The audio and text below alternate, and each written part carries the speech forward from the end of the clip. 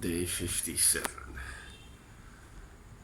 I woke up in this very well ventilated room, and I had my usual fruit breakfast and went off to have my solid breakfast to a place that's not far from here that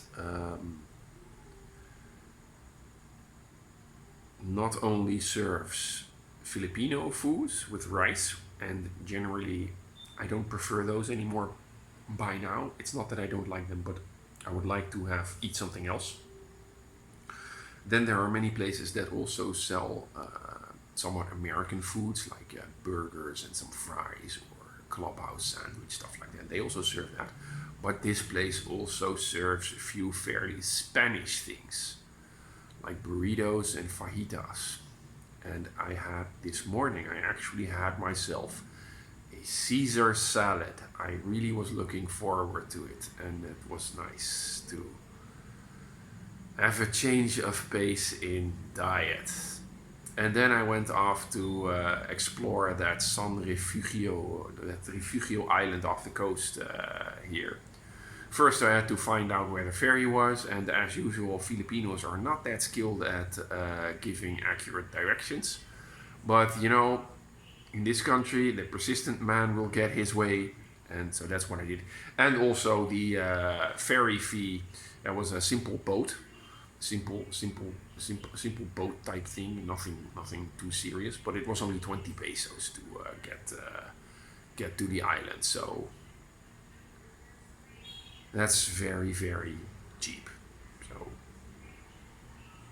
no real reason to complain actually. And the island it's a beautiful island and it's a haven for people snorkeling. And when I set foot on the island, there were these kids. They were catching some seafoods and eating them on the spot, which was fun. They also shared one with me. And it's not uncommon to at low tide to see people walking around the beach looking for something to eat. That's just a common thing here. And I had myself a drink at a bar, and there were no customers there. And this fellow, I had a long conversation with this really nice fellow there, and about all kinds of stuff. It was really nice. And I've also found some guys working with coconuts. They were sitting right next to an enormous heap of empty coconut shells. Man, there were many. They didn't speak English that well, but I think they would have been in for a conversation. But as I said, they didn't speak English that well. Hard working, man. And walking on further on in the island, I realized that there weren't any cars, of course, so it was a bit more quiet, which was really nice. But also it was a slow and quiet island, which means that a lot of people there were bored in some sense, and that made them very eager to make conversation and chat, or at least that's how it felt like. And it's also an island where the difference in between living in a house and camping is actually quite small. To say nicely, the houses were small and of questionable quality. However, they were fairly well maintained and fairly clean. In the big city, you often see small hovel type living places that are also poorly maintained. And on this island, that was not really the case.